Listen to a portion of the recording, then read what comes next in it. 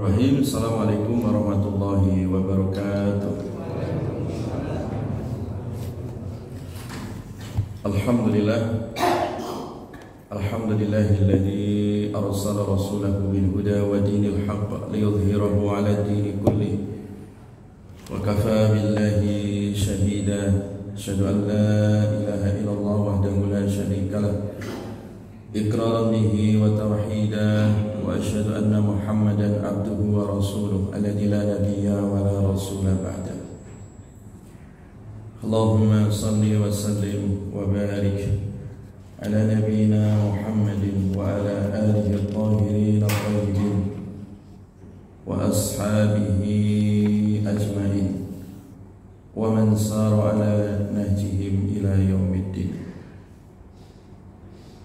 Allahumma anfa'na bima 'allamtana wa 'allimna ma yanfa'una wa zidna ilma. Allahumma inna nas'aluka ilman nafi'a wa rizqan thayyiban wa amalan mutaqabbalan.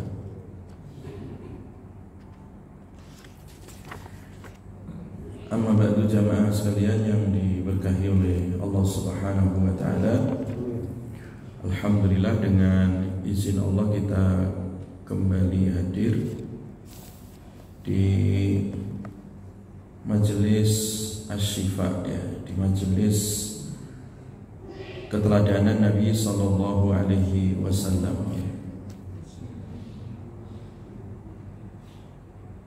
Sebagian ulama menyebutnya sebagai syifa, obat, bahwa mempelajari keteladanan Nabi itu adalah syifa, obat bagi pelipur lara, obat hati, Jadi makanya para ulama menyebutnya syifa, obat,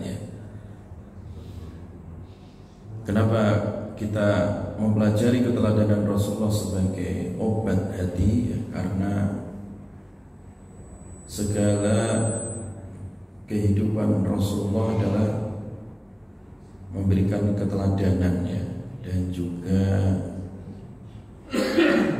memberikan kepada kita motivasi, Jadi motivasi, menguatkan yang lemah, mengobati yang sakit,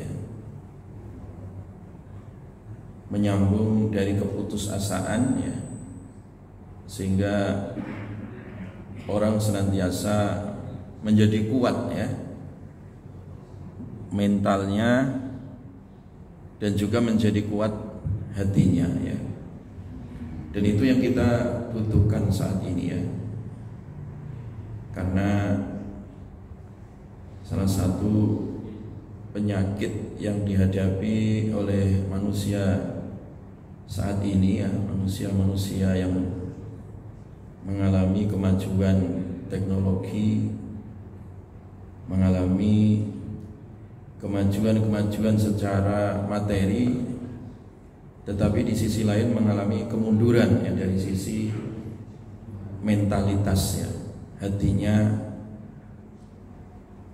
Terkadang ketika menjauh dari Allah Subhanahu wa taala, hati menjadi rapuh, Makanya dengan mengkaji keteladanan Nabi sallallahu alaihi wasallam, hati menjadi kuat, Mudah-mudahan dengan mengkaji keteladanan Nabi sallallahu alaihi wasallam kita mendapatkan syafaatnya besok pada hari kiamat. Amin amin ya rabbal alamin. Baik, jamaah sekalian yang diberkahi oleh Allah Subhanahu wa taala. Kali ini kita akan belajar tentang fi hilmihi wa ihtimalihi wa afihi wa sabrihi. Tentang sifat Nabi sallallahu alaihi wasallam, yaitu hilmihi, Fi hilmihi di dalam lapang dada, Wa ihtimalihi, dan beliau kuat menanggung beban, Wa afihi, dan sifat pemaaf beliau, wa sabrihi, dan sifat kesabaran beliau. Jadi nanti pada kajian ini kita akan bahas tentang sifat lapang dada, kesabaran dan juga sifat maaf ya, yang diajarkan oleh baginda Rasulullah Sallallahu Alaihi Wasallam di dalam kehidupannya. Dan ini sangat kita butuhkan ya, karena betapa banyak orang yang hari ini mudah tersulut emosi ya. Naik sepeda motor atau naik mobil kadang keserempet sedikit gitu ya, berujung kepada pertikaian ya. Banyak terjadi pemukulan ya, gitu kan di jalan. Tersulut emosi ya, suami mukul istri, istri mukul suami ya kan. Tersulut emosi ya, sama-sama tukang parkir, rebutan lahan parkir sehingga saling adu fisik. Banyak itu kasus-kasus seperti itu yang tiap hari kita saksikan.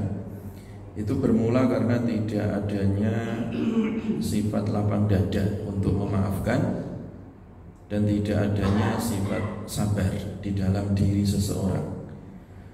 Oleh karena itu Nabi Shallallahu Alaihi Wasallam di sini diberikan teladan ya oleh Allah Subhanahu Wa Taala agar memelihara sifat untuk memaafkan. Khudil afwa wa'mur bil urfi wa'arid anil jahilin. Wahai Muhammad, maafkan, wa'mur bil urfi, dan perintahkan kebaikan, wa'arid anil jahilin, dan berpalinglah atau menjauhlah dari orang-orang yang jahil ya. Orang-orang yang menjahilimu tidak perlu dilayani, tetapi maafkan ya, maafkan dan perintahkan tetap dalam kebaikan ya. Jamaah sekalian yang diberkahi oleh Allah Subhanahu Wa Taala. Dan ini sebenarnya sifat ya, sifat dasar yang dimiliki oleh Rasulullah Sallallahu Alaihi Wasallam. Ketika beliau pertama kali diutus sebagai seorang nabi dan mendapatkan wahyu pertama, yaitu Iqra bismi rabbikal ladzi khalaq di Gua Hira ya. Setelah itu badan Nabi itu menggigil ya, karena tidak pernah ketemu ini makhluk siapa ya, nggak pernah ketemu Jibril ya. Jadi Nabi ada rasa takut gitu. Setelah itu pulang, kemudian Nabi masih penasaran ya, sambil diselumuti istrinya, Nabi penasaran siapa orang atau siapa makhluk yang mendatanginya di Gua Hira itu ya, yang mengajarinya Iqra. Nabi sampai waktu itu belum mengetahui secara pasti ya. Sehingga dia pulang ya, sambil menggigil badannya, diselimuti istrinya ya. Nah kemudian setelah itu ya, Nabi ya bersama istrinya diajak ke salah seorang ahlu kitab ya, bernama Waraqah bin Naufal ya. Nah ternyata Waraqah bin Naufal ini salah seorang yang membaca Taurat dan Injil ya. Dan dikhabarkan di Taurat dan Injil itu tentang kabar Nabi akhir zaman yang mendapatkan wahyu dari Jibril yang memiliki sifat-sifat ini ya. Sehingga dikatakan ya Muhammad innallaha ya'muruka an tasila man qata'aka ya. Wa tu'tiya man haramaka wa ta'fuwa amman zalamaka ya. Jadi setelah itu dijelaskan sifat-sifat Nabi Sallallahu Alaihi Wasallam. Jadi nggak usah takut ya, karena engkau adalah nabinya Allah Subhanahu Wa Taala yang memiliki sifat menyambung tali silaturahim, kemudian memaafkan, menolong orang yang sedang kesulitan ya. Jadi Nabi Sallallahu Alaihi Wasallam kemudian dihibur ya, bahwasanya sesungguhnya Nabi adalah seorang Rasul ya, yang diutus oleh Allah Subhanahu Wa Taala dengan sifat-sifat mulia yang itu sebenarnya sudah ada disebut oleh Allah di dalam kitab-kitab sebelumnya, di dalam Taurat maupun di dalam Injil. Jamaah sekalian diberkahi oleh Allah Subhanahu Wa Taala. Nah, kemudian juga pesan malaikat Jibril kepada Nabi Sallallahu Alaihi Wasallam ya. Jadi setelah Nabi menerima wahyu yang pertama itu, ya, salah satu pesan yang dipesankan oleh malaikat Jibril juga adalah innallaha ya'muruka an tasila man qata'aka. Wahai Muhammad, sesungguhnya Allah memerintahkan engkau supaya menyambung tali silaturahim, tali yang dari orang yang memutuskan, ya, persaudaraan dengan engkau, ya. Jadi kalau sekedar kita menyambung, ya, berkunjung, bersilaturahim kepada orang yang sudah kita kenal, ya, yang sudah baik dengan kita, itu biasa, ya. Memang seperti itu, ya. Tapi ada yang luar biasa, yang ini diperintahkan oleh malaikat Jibril. Sambung tali orang yang memutuskan engkau. Jadi artinya sambunglah orang yang membenci kita, ya. Sambunglah orang yang memusuhi kita. Sambunglah orang yang memutus tali silaturahim. Nah, ini gak gampang ini, ya. Jadi menyambung tali persaudaraan yang putus itu tidaklah mudah, ya, karena manusia itu punya sifat dendam, ya. Manusia itu punya sifat iri, punya sifat dengki, ya. Apalagi kalau kita dimusuhi, ya, itu kepingin, hati itu ingin membalas itu, ya, ya, permusuhan itu, ya. Tetapi Nabi justru diperintahkan sebaliknya. Jadi sambung tali orang yang memutuskan engkau, ya. Jadi tali silaturahim yang putus itu disambung kembali. Khususnya misalkan itu saudara kandung kita, khususnya hanya gara-gara warisan terkadang, ya, hanya gara-gara masalah beda rezeki, ya, hanya gara-gara masalah sepele, ya, hanya gara-gara masalah urusan beda tembok itu, ya, atau beda cat rumahnya. Kadang itu orang ada sifat iri hati sehingga menjaga jarak, ya.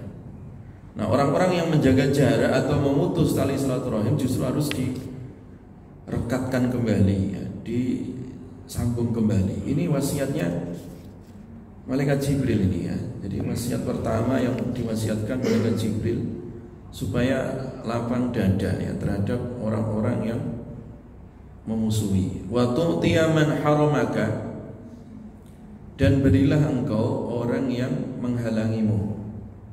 Jadi beri orang yang menghalangimu. Jadi orang-orang yang menghalangimu dari pemberian. Artinya ketika kita dimusuhi orang, ya, orang itu tentu akan menghalangi dari semua karir kita atau semua aktivitas kita, ya. Kan banyak hari ini kita jumpai orang bermusuhan, ya, dengan tetangga hanya gara-gara di portal ataupun tidak dikasih akses jalan, ya, atau di tembok, ya, akses jalan rumahnya sampai bikin jembatan di belakang rumah itu, ya, yang habis berapa 200 juta atau berapa itu, ada yang lagi viral itu, ya. Jadi hanya gara-gara masalah akses jalan, orang itu kadang terjadi permusuhan, ya, tidak tegur sapa, ya, dan seterusnya. Nah, justru Nabi diperintahkan orang seperti itu, ya, orang yang menghalangimu, jangan engkau balas dengan menghalangi dirinya, ya. Justru balasannya adalah balasan yang terbaik, ya. Jadi beri kebaikan kepada orang yang menghalangi dirimu, ya. Jadi sebenarnya dalam Islam, jamaah sekalian, kalau kita dipukul orang, kita membalas memukul itu boleh secara hukum, ya. Secara hukum fikih itu boleh, namanya adil, ya. Kita dipukul, ya, kemudian kita membalas memukul. Dipukul sekali, balas sekali, itu adil. Tapi nggak ada pahalanya, nggak ada pahala. Udah clear itu, nggak ada pahala sama sekali, ya. Tetapi kalau kita memaafkan, itu namanya ihsan, ya. Jadi ihsan itu artinya akhlak di atas adil, ya. Makanya biasa kalau khutbah itu kan, di khutbah kedua khatib biasa berpesan innallaha ya'muru bil adli wal ihsan, ya. Allah memerintahkan adil, dan juga setelah adil itu ada ihsan. Jadi ihsan itu artinya levelnya di atas adil ya. Jadi ihsan itu kalau dalam perbuatan ya, dalam perbuatan akhlak sosial itu memaafkan orang yang berbuat zalim pada kita ya, memberi kepada orang yang menghalangi pada diri kita ya. Tidak membalas itu. Sebenarnya membalas boleh, tetapi dia tidak melakukan itu ya demi untuk mendapat pahala. Kalau sekedar membalas itu sudah 0-0, itu kosong-kosong, itu nggak dapat pahala sama sekali. Tapi kalau kita memaafkan ya, atau kita memberi tadi orang yang menghalangi, maka justru mendapatkan pahala. Wa ta'fu dan maafkan engkau amman zalamaka, dari orang yang menzalimimu. Ini adalah akhlak ya induk ya yang diajarkan oleh Nabi Sallallahu Alaihi Wasallam ya. Jadi akhlak ini akhlak yang sangat luhur jamaah sekalian. Jadi ini induk dari semua akhlak ya. Jadi memaafkan dari orang yang salah ya, memberi daripada orang yang menghalangi kita, menyambung tali silaturahim dari orang yang menjaga jarak atau orang yang memutuskan hubungan baik. Nah, kita sambung kembali ya. Ini adalah akhlak sosial ya, dari induk dari semua akhlak sosial ya. Allah Subhanahu wa taala kemudian berfirman, wasbir ala ma asabak inna dzalika min azmil umur. Di dalam firman lain, fasbir kama sabara ulul azmi minar rusul. Di dalam firman lain, wal ya'fu wal yasfahu. Jadi sabarlah wahai Muhammad ya, sabarlah wahai umatmu juga ya, atas semua ujian ya. Sabarlah seperti sabarnya nabi-nabi ulul azmi ya, rasul-rasul ulul azmi ya. Maafkanlah dan lapang dadalah ya. Jadi ayat-ayat tentang kesabaran ini banyak sekali ya yang diajarkan oleh Allah Subhanahu wa taala kepada Nabi dan untuk kita semua ya, sebagai apa? Umatnya. Jamaah sekalian yang diberkahi oleh Allah Subhanahu wa taala. Nah, kesabaran Nabi Sallallahu Alaihi Wasallam tadi dipraktekkan di dalam kehidupan nyata ya, dicontohkan ketika Nabi Sallallahu Alaihi Wasallam pada perang Uhud ya. Jadi diriwayatkan anna Nabi Sallallahu Alaihi Wasallam lamma kusirat rubaiyatu wa sujja wajhu yauma Uhud. Jadi ketika Nabi Sallallahu Alaihi Wasallam pada peristiwa perang Uhud itu, gigi Rasulullah itu rompal atau rontok gitu ya, pecah ya gigi beliau itu. Demikian juga wajah ya. Jadi wajah Nabi itu tersabet senjata ya, kena senjata. Nah, sehingga Nabi itu berlumuran darah wajah, kemudian giginya pecah gitu ya. Ini sangat berat bagi sahabat melihat siapa kok orang beraninya ya melempar wajah Nabi sehingga berdarah, berlumuran darah, dan juga gigi Nabi sampai pecah-pecah gitu ya. Sahabat tidak terima ya. Ya, kita tentu tidak akan terima Nabi kita dizolimi seberat itu ya. Ya pasti kita pasang badan kan, pasang nyawa gitu. Waqalu dalam keadaan terdesak ya, dalam keadaan terluka parah Nabi ya, bahkan dihembuskan isu Nabi terbunuh gitu kan. Sampai karena mendengar isu Nabi terbunuh itu, pamannya Hamzah langsung turun gunung ya, langsung ngejar cari orang yang membunuh Nabi. Tanpa sadar baju Hamzah ketika naik kuda itu terbuka ya, sehingga ada salah seorang mengintai ingin melempar tombak yaitu bernama Wahsy ya. Dilemparlah, kena badannya Hamzah ya, tembus kan, meninggal kan. Itu karena Hamzah asalnya mendengar Nabi terbunuh gitu kan. Padahal sebenarnya tidak terbunuh, ini hanya isu yang dibuat oleh musuh waktu itu.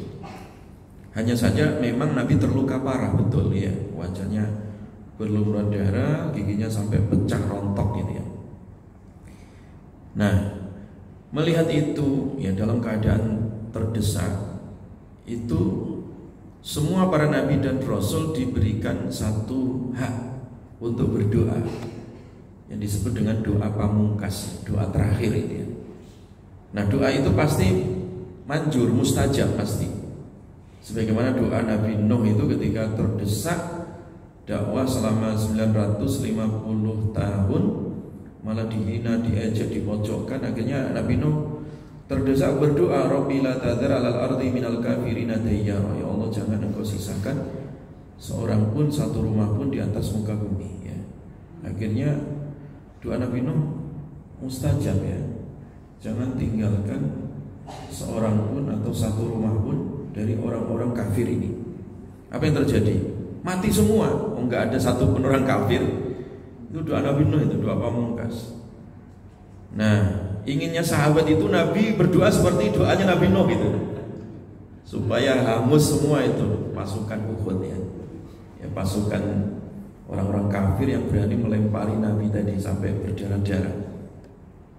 Ya. Faqala,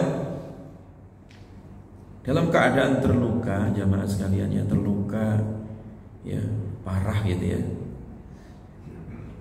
Dan kemudian diprovokasi oleh sahabat gitu ya. Doa saja ya Rasulullah. Ya, doanya Nabi Nuh atau nabi-nabi sebelum engkau ya. Ya, maka Nabi mengatakan inni lam uba'as la'anan ya. Sesungguhnya aku tidaklah diutus untuk menjadi tukang laknat. Ini akhlak luar biasa jamaah ya. Serius ini ya. Jadi dalam keadaan jengkel, terluka, itu kan biasanya orang muncul kata-kata kasar, betul nggak? Kita misalkan naik mobil jamaah, tiba-tiba ada motor swing di depan kita, hampir nabrak itu. Apa yang muncul dalam ucapan kita? Kadang kita maki-maki kan gitu. Iya kan? Ini orang punya mata atau enggak? Nah gitu kan. Emang udah punya mata, kenapa harus dimata-matain kan gitu? Ya, disumpahin lagi. Nggak boleh. Sebenarnya apa ya? Kalau Nabi tadi menyumpahin sih sah-sah saja gitu ya. Kalau Nabi dilemparin seperti itu ya. Tapi Nabi mengatakan aku bukan tukang laknat katanya. Jadi inilam uba'as la'anan ya. Sesungguhnya aku diutus bukan untuk menjadi tukang apa? Laknat ya. Jadi ini akhlak ya. Jadi akhlak yang sangat luar biasa ya. Memaafkan, itu namanya apa? Memaafkan legowo ya. Saya pernah itu disupiri santri itu ya, masuk gang sempit gitu di belakang ini, di daerah mana, mau ke PJJ situ ya. Tapi lewatnya Budi Agung ke belakang itu jalannya sempit itu.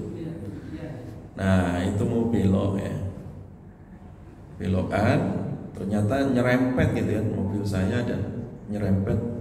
Kebetulan mobilnya polisi lagi gitu, mobil baru gitu, mobil saya kan enggak baru gitu, jadi nyerempet. Dan saya lihat memang catnya itu apa, beret gitu, keberet gitu. Ya Allah, ya. Memang nggak tahu yang salah santrinya atau polisinya, saya juga nggak tahu gitu. Saya di samping gitu, polisi turun gitu ya, gagah gitu. Santri saya mau ditempel lagi tuh, udah hampir ditempel lagi tuh. Jadi dimaki-maki, kemudian saya selalu bilang, Pak punten ya, saya akan ganti saya langsung bilang itu. Ini mobil baru katanya. Ini catnya bukan cat sembarangan. Enggak.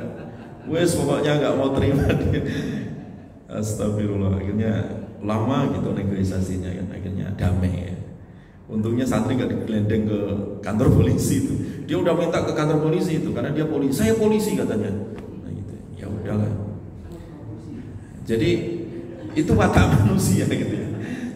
Jadi watak manusia itu memang kalau dia diganggu sedikit ya, padahal badannya nggak kena apa-apa, karena mobilnya beret aja gitu. Kan mobil beret itu bisa didempol lah gitu, atau dibelikan apa namanya itu alat apa yang untuk mempoles gitu ya supaya ketutup catnya juga bisa sebenarnya. Cuman karena ego manusia itu ya, manusia itu mudah tersinggung, mudah tersulut emosi ya kan.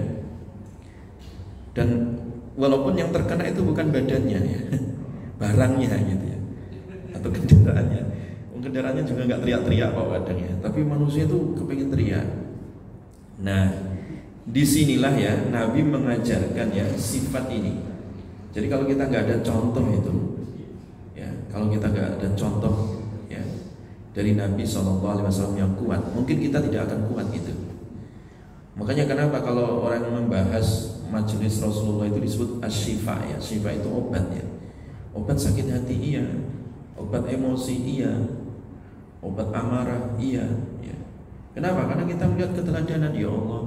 Rasulullah saja dalam keadaan terdesak ya, wajahnya dilemparin senjata sampai berdarah-darah, giginya sampai pecah-pecah gitu ya. Itu saja masih bisa memaafkan gitu ya. Padahal dalam perang, sebenarnya dalam perang itu boleh aja ditebas musuhnya gitu, sakit gitu, ya. Tapi dimaafkan gitu oleh Nabi SAW.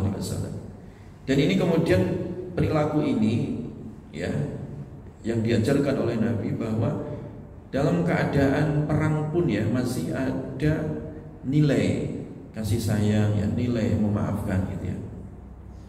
Nah inilah yang kemudian dicontoh oleh para sahabat. Sahabat Ali itu juga sama ketika itu ya, ketika perang itu musuh sudah terjatuh ya. Jadi musuh itu sudah terjatuh. Nah senjata sahabat Ali itu udah di atas leher musuh gitu, mau ditebas itu. Nah dalam keadaan jatuh itu musuhnya meludah ke wajahnya sahabat Ali, gitu. Jadi muka sahabat Ali diapakan? Diludahin oleh musuh yang terdesak tadi, terjatuh tadi. Nah kira-kira mau langsung ditebas atau sekalian aja gitu? Diludahin lagi kan, tambah emosi gitu. Malah sahabat Ali nggak jadi menebas pedangnya tadi, diangkat itu pedang, nggak jadi. Kemudian ditinggalkan itu musuh.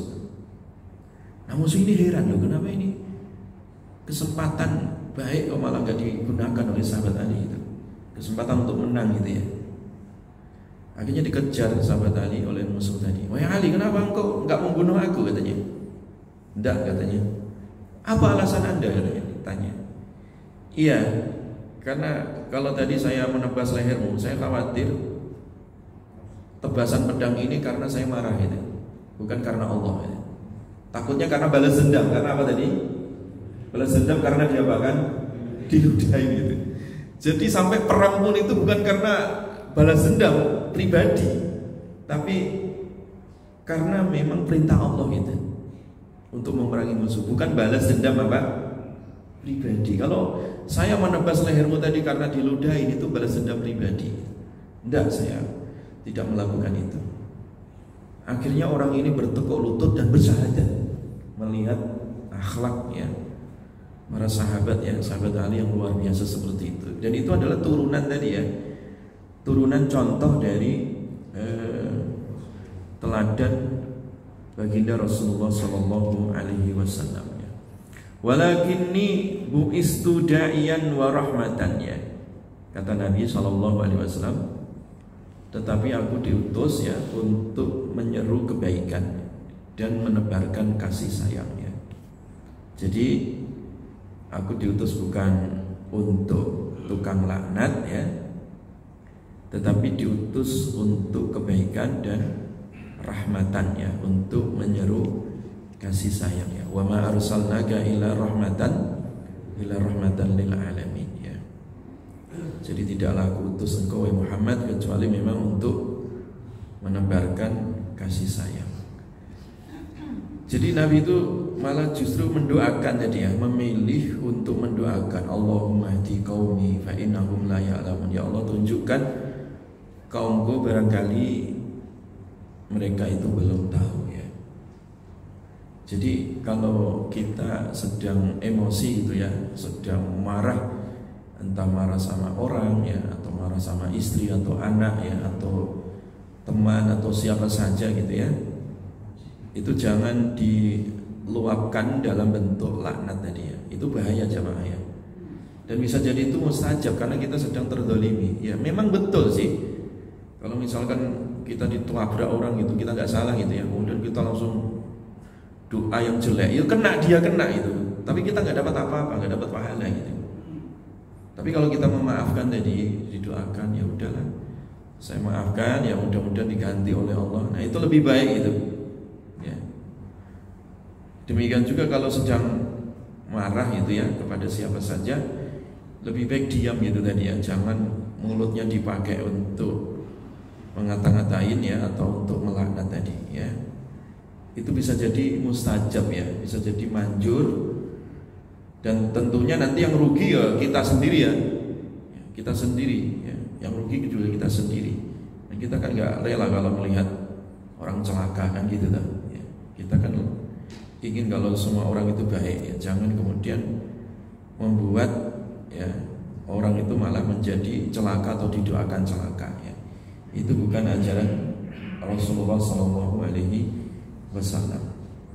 Baik jamaah sekalian yang diberkahi oleh Allah Subhanahu wa Ta'ala. Nah kemudian yang berikutnya, jamaah sekalian yang diberkahi oleh Allah. Nah di dalam riwayat yang lain juga dijelaskan ya akhlak Nabi ini tentang sifat pemaaf ya.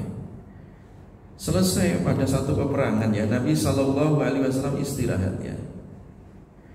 Wa Rasulullah Sallallahu Alaihi Wasallam muntabidun tahta syajaratin wahdah. Jadi Nabi Sallallahu Alaihi Wasallam itu suatu saat ya selesai peperangan, beliau istirahat ya, istirahat dan kebetulan sendirian gitu, nggak dikawal oleh sahabat, di bawah satu pohon ya. Nah kemudian ternyata beliau itu diintai oleh musuh ya, diintai oleh musuh, dan pedang musuh itu udah di tangan gitu ya, pedang musuh udah di tangan ya.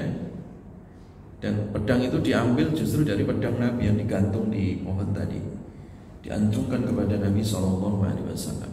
Nabi kaget ya, tidur kemudian tiba-tiba senjatanya udah di leher gitu. Nah musuh ini mengatakan, man yamna'uka minni, Muhammad, siapa yang bisa membelamu ya dari pedang ini ya. Pedang udah di leher gitu ya.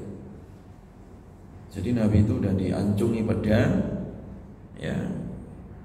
Dan musuh tadi mengatakan, man yamna'uka minni, siapa yang bisa membelamu, siapa yang sekarang menolongmu, sekarang nggak ada ini, sahabatmu udah terpisah sana, kamu sendirian di sini. Faqala, kemudian Nabi Sallallahu Alaihi Wasallam dengan tenang menjawab Allah ya. Jadi ucapan Allah dari hati yang bersih tadi itu ternyata membuat musuh ya bergetar ya, kaget gitu ya. Fasaqata saif ya, gemetar malah musuh itu, pedangnya jatuh ya. Fa akhadahu Nabi Sallallahu Alaihi Wasallam, kemudian pedang itu diambil oleh Nabi Sallallahu Alaihi Wasallam, gantian itu pedangnya diancungkan ke musuh ini. Wa qala, dan Nabi mengatakan, man yamna'uka minni, nah sekarang gantian, siapa yang nolong kamu sekarang? Dibalas. Tapi Nabi hanya sekedar menguji saja, bukan ingin membalas dendam, enggak. Nah sekarang siapa yang nolong kamu, siapa? Qala, musuh ini kemudian mengatakan, kun khaira akhidin ya. Tidak ada, hanya engkau ya Nabi, engkau ya Rasulullah yang sebaik-baiknya orang yang menolong ya. Artinya ya kalau engkau maafkan ya saya selamat gitu kan. Fatarakahu wa afa anhu, akhirnya ya sudah dimaafkan oleh Nabi dan ditinggal, artinya enggak dibalas oleh Nabi Sallallahu Alaihi Wasallam. Dimaafkan itu musuh tadi. Ketika dimaafkan jadi dia kan selamat, ini musuh nggak jadi dibunuh ya. Pedang udah di leher kok dimaafkan. Ini membuat hati musuh itu jadi lunak gitu. Oh Nabi bukan pendendam, ini sosok bukan pendendam ya, pemaaf. Akhirnya dia masuk Islam karena dia itu musuh tadi itu adalah komandan ya, dia kepala sukunya. Dia mengatakan ji'tukum min indi khairin nas. Akhirnya malah justru dia masuk Islam dan mengajak kaumnya berbondong-bondong masuk Islam. Jadi mengajak kepada kaumnya supaya masuk Islam. Aku datang memberi kabar kepada kalian bahwa aku telah masuk Islam dari sisi orang yang terbaik di dunia ini akhlaknya, yaitu baginda Rasulullah Sallallahu Alaihi Wasallam. Ya. Nah ini, jadi Nabi itu memaafkan di saat sempit ya, di saat sempit.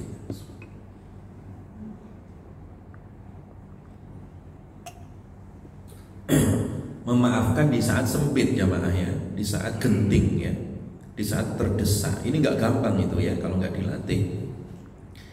Tapi karena Nabi itu adalah orang yang dididik langsung oleh Allah Subhanahu Wa Taala supaya jadi contoh bagi kita semua, itulah menjadi akhlak Nabi ya. Ya. Jadi sebenarnya secara manusiawi gitu ya, memaafkan di saat sulit itu nggak mudah sebenarnya ya. Tidak gampang ya. Kalau memaafkan di saat longgar itu biasa gitu ya. Lagi duitnya banyak ya, duitnya banyak, lagi seneng, memaafkan itu biasa. Duitnya oke, duitnya banyak ya.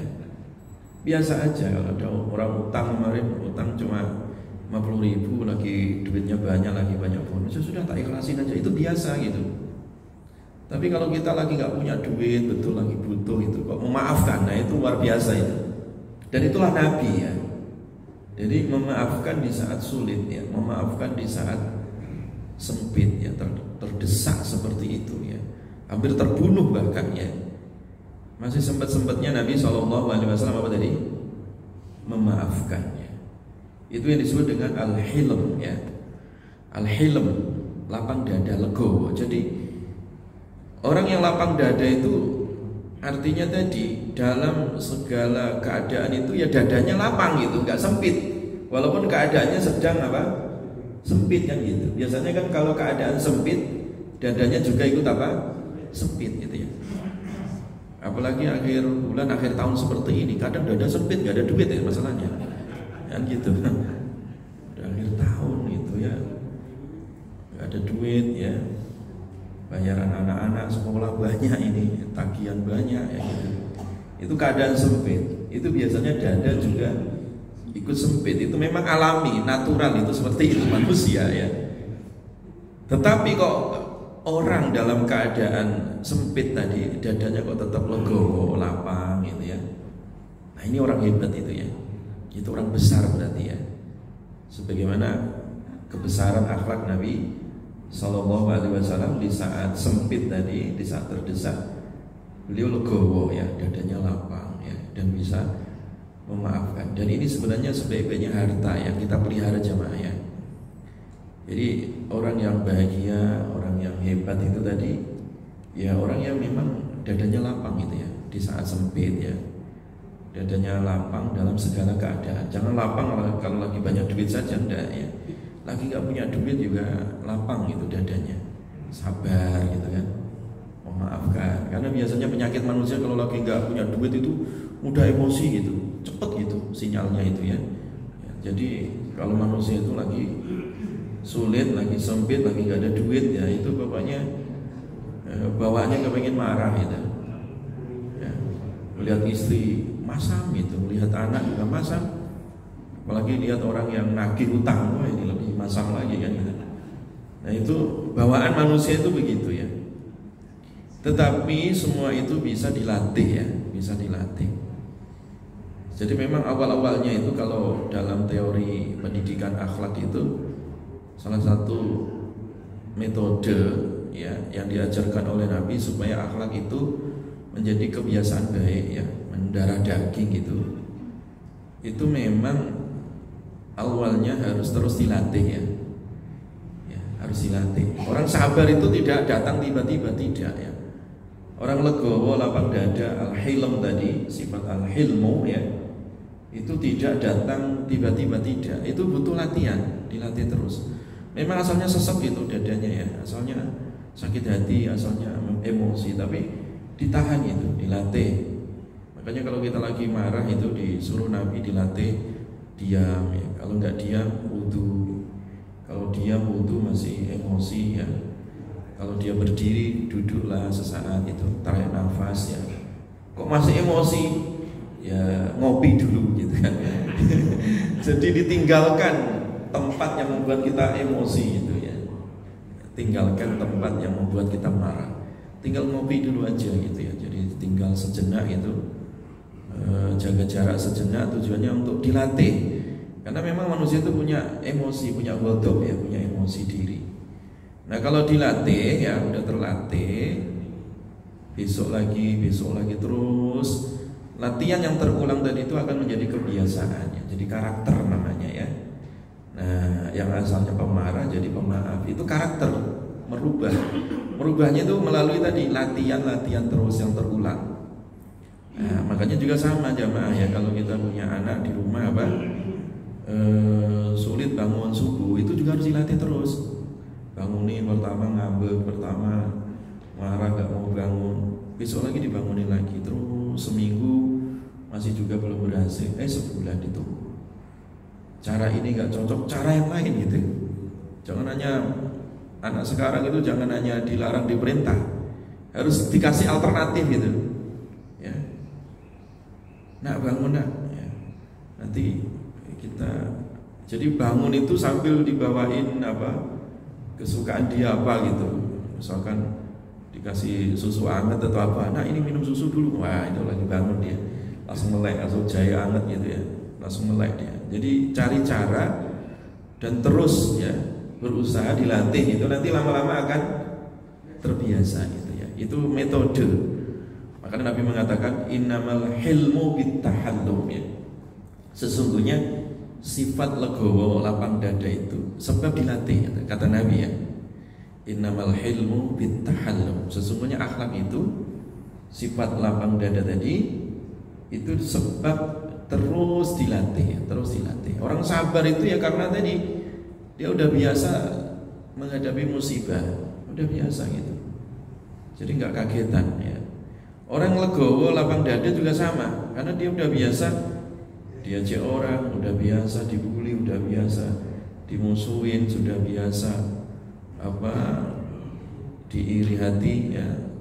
Tapi dia tetap memaafkan, terus gitu dilatih. Akhirnya ya biasa aja gitu, terbiasa baik gitu, nggak mudah tersinggung, nggak mudah sakit hati. Itu karena latihan ya, karena terus dilatih, tidak datang tiba-tiba, tidak ya. Makanya Nabi SAW juga dilatih oleh Allah. Nabi sendiri sebenarnya ya, Nabi sendiri dia punya sifat tadi ya, sifat manusia tadi. Nabi disuruh sabar ya, fasbir tadi, sabar ya Muhammad.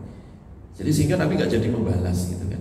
Itu dilatih langsung oleh Allah Subhanahu wa ta'ala. Nah kita sudah ada contoh dari Nabi, dan Nabi melatih kita tadi, tinggal dipraktekkan tadi ya. Jadi tinggal dipraktekkan latihan-latihan tadi, itu yang menyebabkan orang itu memiliki karakter ya yang baik, karena dibiasakan untuk berbuat baik ya, dibiasakan untuk berbuat baik ya.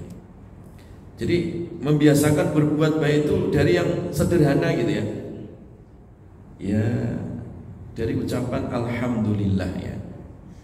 Jadi alhamdulillah ya, alhamdulillah. Jadi ada duit alhamdulillah, gak ada duit juga alhamdulillah ya.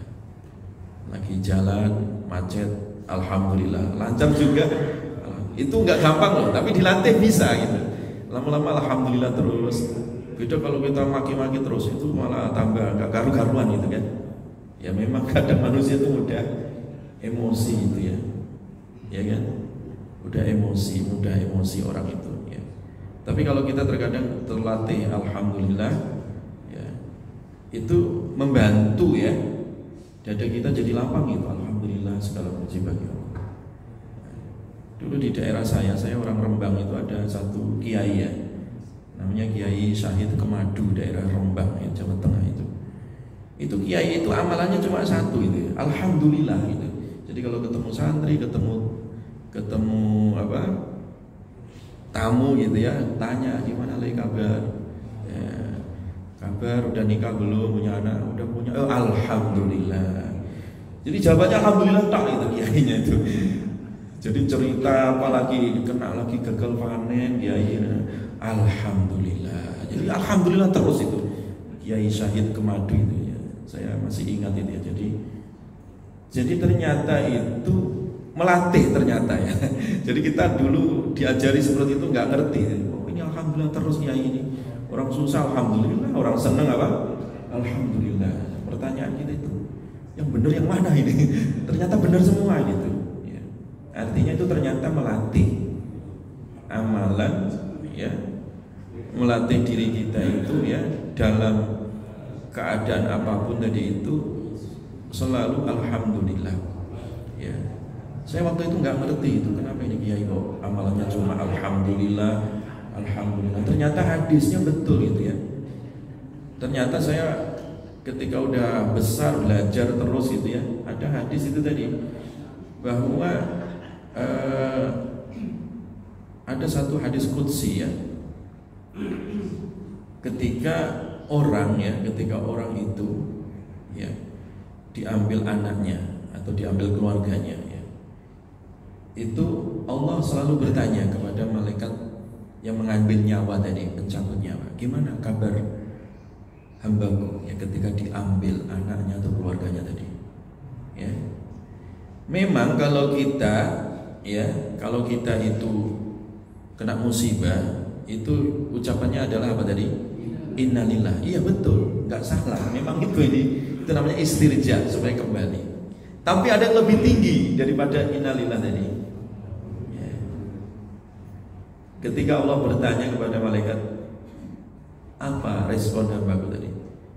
Ya Allah, hambamu telah memujimu. Yang mengucapkan tadi alhamdulillah. Jadi dia selain innalillah itu juga adalah alhamdulillah tadi, legowo gitu, tidak meratap.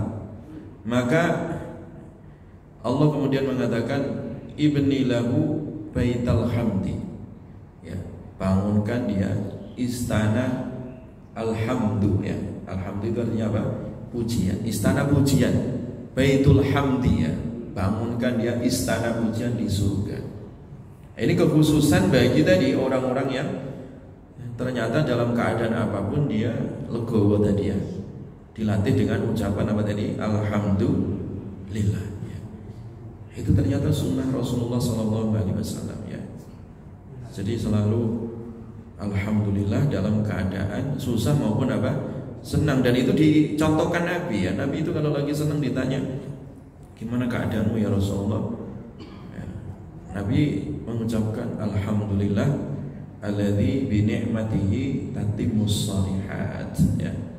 Segala puji bagi Allah yang dengan pujian itu jadi sempurna semua amal kebaikan.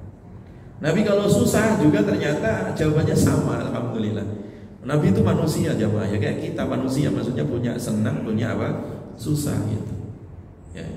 Senang susah, ya ada rasa senang, ada rasa susah. Manusiawi gitu. Karena Nabi bukan malaikat, Nabi itu manusia. Punya sifat senang, punya sifat susah gitu ya.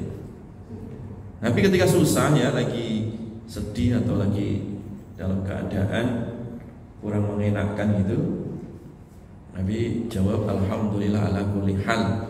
Segala puji bagi Allah atas semua apa? Keadaan ya.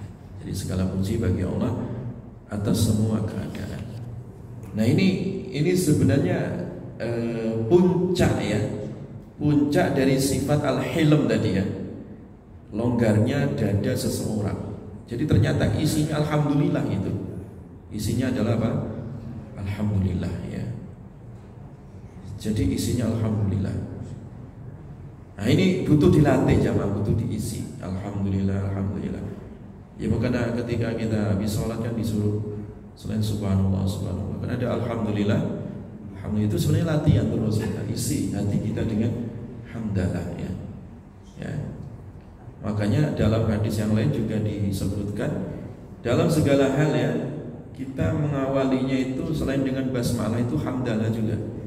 Kullu amrin tibalin la yubtada'u bihi bi bismillah atau bihamdillah ya.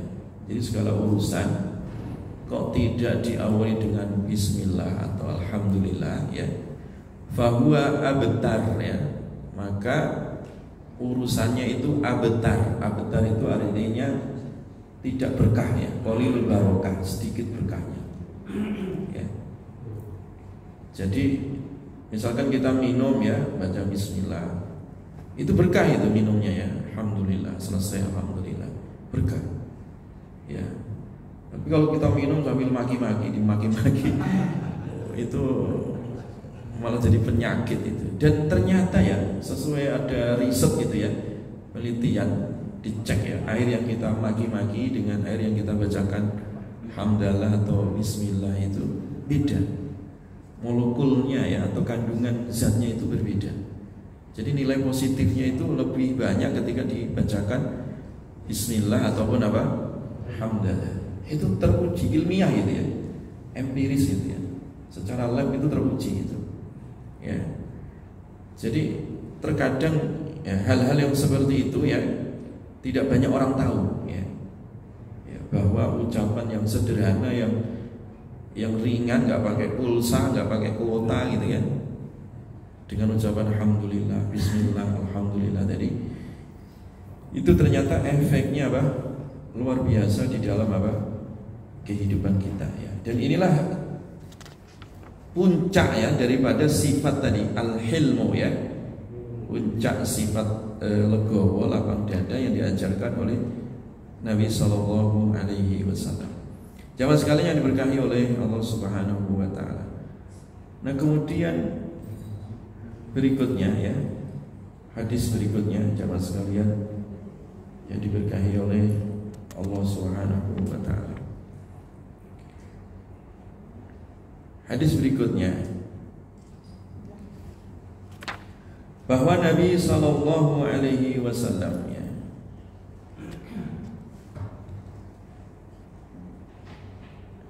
wa qala Anas habata 80 rajulan minat Tan'im salat as-subhi liyaqtulu Rasulullah Sallallahu Alaihi Wasallam.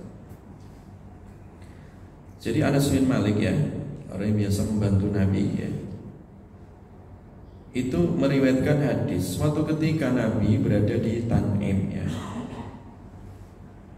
Nabi Sallallahu Alaihi Wasallam berada di Tan'im ya, waktu sholat subuh ya. Nah di situ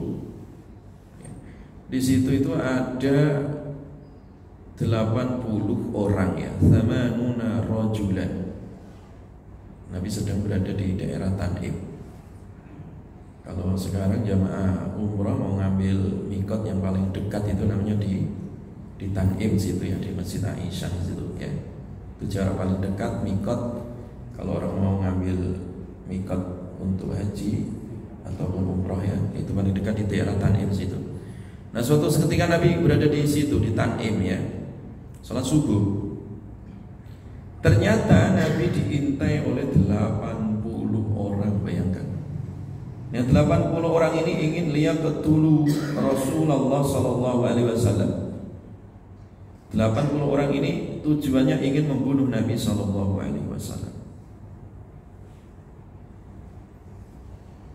Jadi diintai ya. Padahal waktu itu ya adalah peristiwa kota Mekah dimerdekakan ya. Ini ketika peristiwa Fathu Mekah ceritanya. Fathu Mekah itu kan ceritanya seluruh penduduk Mekah ya, itu mereka menyerahkan diri kan. Yang orang-orang kafir ya, orang-orang kafir, orang-orang musyrik Quraisy itu mereka menyatakan kalah kan, tunduk patuh kepada Nabi Sallallahu Alaihi Wasallam ya. Jadi tanpa perang ya, dengan keadaan damai, kota Mekah diserahkan kembali. Tetapi yang namanya musuh itu ya selalu melakukan makar. Ada 80 orang ketika Nabi berada di Tan'im itu diintai oleh 80 orang ingin dibunuh ya. Nabi ingin dibunuh. Mereka udah mencoba ingin membunuh Nabi. Fa'ukhidhu, Akhirnya ketahuan ya, mereka 80 orang itu ketahuan oleh sahabat yang lain, kemudian dihalau, dihadang 80 orang itu, dan akhirnya tertangkap semua 80 orang ini. Kira-kira mau diapain ini? 80 orang rombongan, segerombolan orang ini ingin membunuh Nabi jelas, dan ditangkap, berhasil ditangkap. Kira-kira diapain? Dibunuh, atau diapain ini orang 80 orang ini ya? Fa'ukhidhu fa'ataqahum Rasulullah sallallahu alaihi wasallam.